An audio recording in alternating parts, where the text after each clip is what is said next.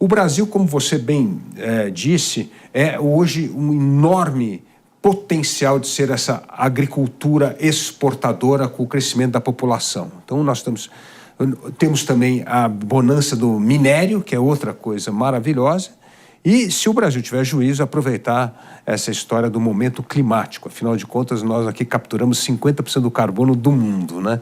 Então, vamos olhar cada um desses desafios do Brasil que você trata com muita propriedade. O desafio do agronegócio, esse mostra o Brasil que soube competir na economia global, um dos poucos setores. Por que o agro conseguiu se tornar competitivo na economia global enquanto a indústria ficou para trás? Luiz Felipe, você sabe que os economistas gostam de segmentar a ciência deles entre macroeconomia, não é? O estudo dos grandes agregados econômicos, e a microeconomia, que é focada para o indivíduo e também para a empresa. A geopolítica ficou tão importante na nossa vida que eu acho também importante diferenciar aquilo que é macro-geopolítico, ou seja, mudanças estruturais, não é, do nosso planeta, com a micro-geopolítica, que são eventos de mais curto prazo. Um dos principais eventos macro-geopolíticos que acontecem é aquilo que você bem mencionava, essa alteração nos padrões demográficos do mundo, né? Na grande maioria dos países, você tem queda da população, né? Queda da população na Europa, queda de população na América Latina, queda de população na China, que até outro dia era o principal, era o maior e mais populoso país do mundo. Só que nos próximos 25 anos você vai ter um fenômeno de o crescimento populacional em 9 países acrescentar no limite 2 bilhões a mais de população no planeta, um planeta que já tem 8 bilhões de pessoas, né? E essas pessoas vão comer. Veja, onde você terá crescimento populacional é na Índia, que ultrapassou a China como o país mais populoso do mundo, a Indonésia, que está se avizinhando de 300 milhões de pessoas, o Paquistão, que já ultrapassou o Brasil também em termos de população. Você terá algum crescimento populacional nos Estados Unidos e você terá crescimento populacional nos países da África, em 5 países da África subsaariana, todos de grande população.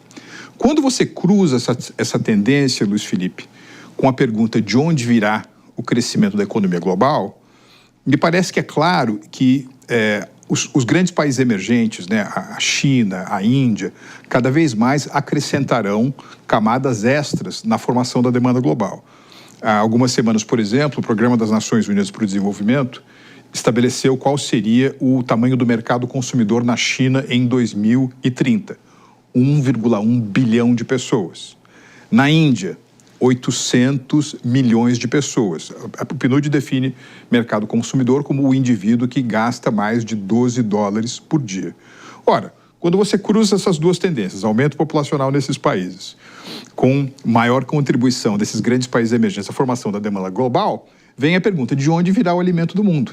E isso cria uma oportunidade extraordinária para o agro brasileiro. Veja, se você pegar cerca de 20, 22 anos atrás, quando a China crescia 10% ao ano, a China era um país que tinha um PIB nominal do tamanho do PIB da Itália hoje, 2 trilhões de dólares.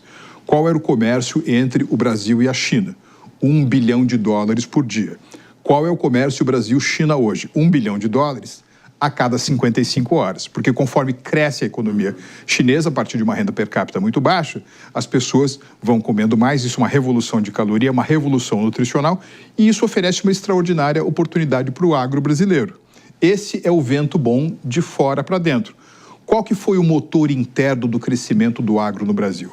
Trabalho duro, pouca intervenção do Estado, pesquisa, desenvolvimento e inovação, feito na Embrapa, mas feito também numa série de outros institutos que levaram a uma grande produtividade e o início, por exemplo, de cultivo, né?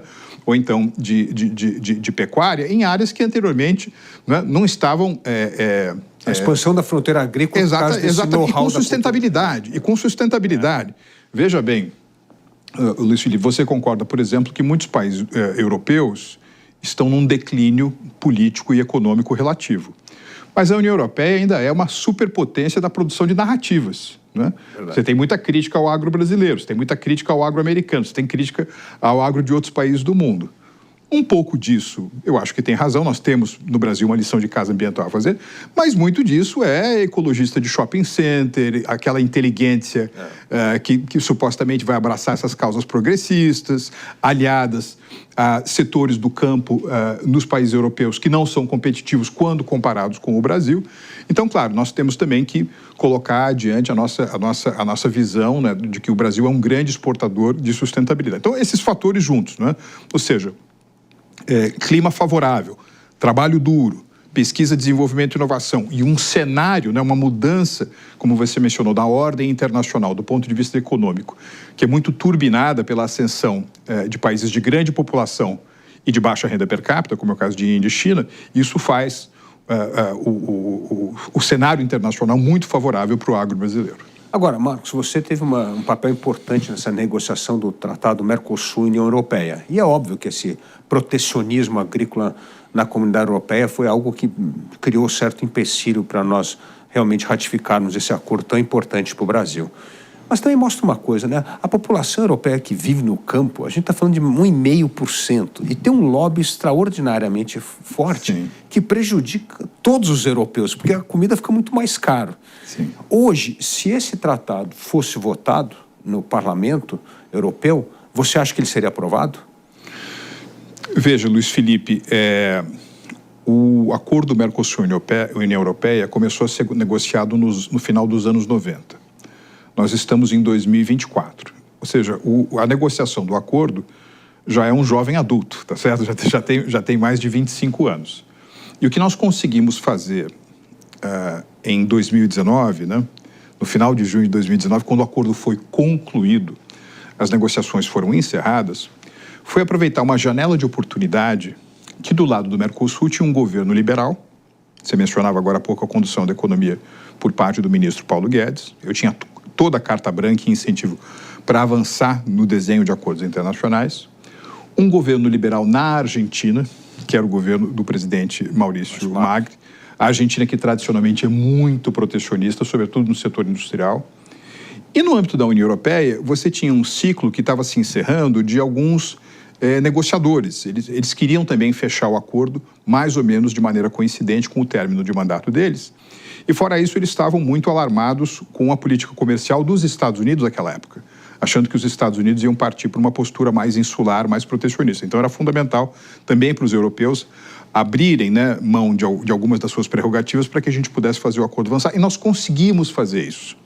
Só que desde então a gente teve uma série de golpes de má sorte, né? Nós tivemos no segundo semestre de 2019 aquelas críticas ao meio ambiente no Brasil, gente enxergando girafa, pegando fogo no meio da floresta, aquela superficialidade muito ruim que machucou a imagem do Brasil junto à opinião pública.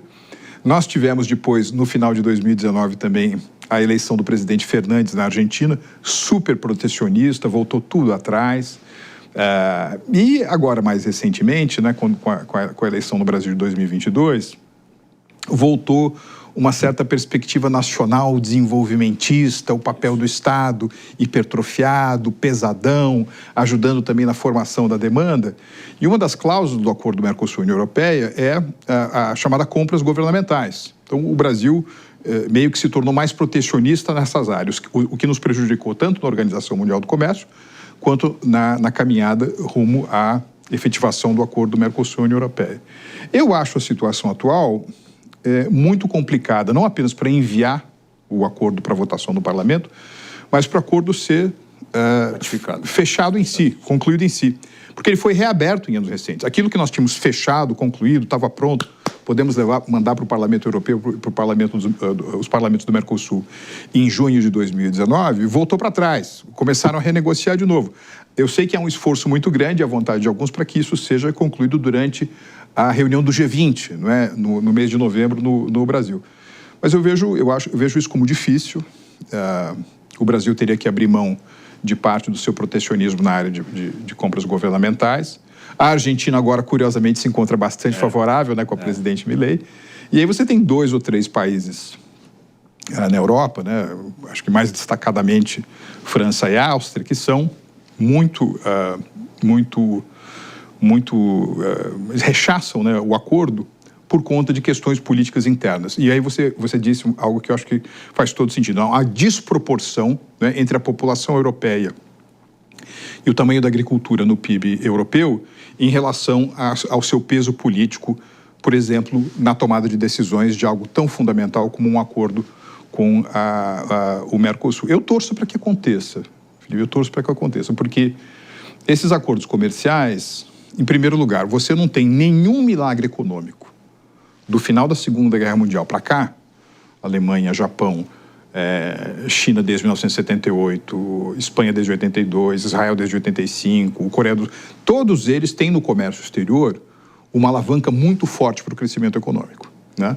Isso por um lado.